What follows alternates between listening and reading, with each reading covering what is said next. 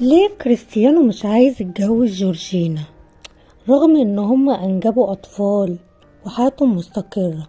ايه السبب الحقيقي وراء رفض كريستيانو رونالدو الزواج من جورجينا؟ تيجي بقى مع بعض كده نعرف ايه هو السبب اللي هيصدمكم بجد. يبدو ان النجم البرتغالي كريستيانو رونالدو نجم مانشستر يونايتد الانجليزي ونجم نادي النصر السعودي حاليا سيبقى دون زواج لفترة أطول بسبب خلافات عائلية. وكشفت تقارير صحفية أسبانية عن رفض والدة كريستيانو رونالدو زواج نجلها من صديقته الأسبانية جورجينا. رونالدو كان قد صرح في وقت سابق عن أمله في الزواج من جورجينا، ولكنه لم يستكمل إجراءات الزواج بشكل رسمي. وصحيفة ماركا الأسبانية كشفت في تقرير لها أن دوليس لا تريد أن يتزوج رونالدو من صديقته الأسبانية جورجينا، ويأتي سبب رفض دوليريس إلى اعتقادها بأن جورجينا تريد الزواج من رونالدو من أجل الأموال فقط.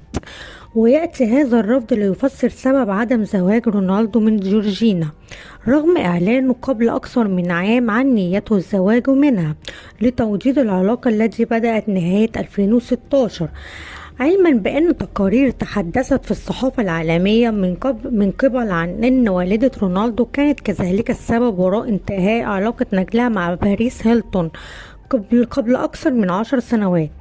وشدد التقرير على أن جورجينا من جانبها لا تزال تنتظر وفاة رونالدو، لكن عائلة الدون ستمثل العقبة الوحيدة بحسب مصادر مقربة من اللاعب. ولا يتوقف الأمر عند والدة رونالدو، بل إن أشقائه أيضا يرون أن جورجينا تفكر بهذا الشكل، مما يجعلهم يرفضون الأمر.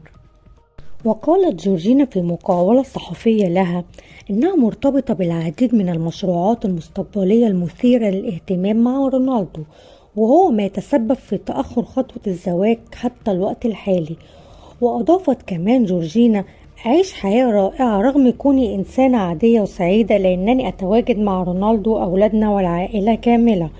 وواصلت: الأطفال رائعون ورونالدو يهتم بي كثيرا ويحبني وأنا أبدال الحب والإعجاب. وذكر موقع هولا أن جورجينا صديقة كريستيانو رونالدو قالت في مقابلة تم نشرها في أكتوبر 2020: رغبتي في الأمومة أقوى من أي شيء، وبعد عام واحد بالضبط توشك عارضة الأزياء على تحقيق حلمها. وكانت من أشهر وأطول العلاقات العاطفية التي عاشها رونالدو كانت في فترة ارتباطه بعارضة الأزياء الروسية الحسناء إيرينا شايك، التي تضاعفت شهرتها عشرات المرات بفضل علاقتها مع النجم البرتغالي، ووقتها كان لاعبا في صفوف ريال مدريد. لكن العلاقة لم تستمر بسبب مشاكل خفية بين والدة الدون والحسناء الروسية، فالأم لم تقنع بأن تكون إيرينا هي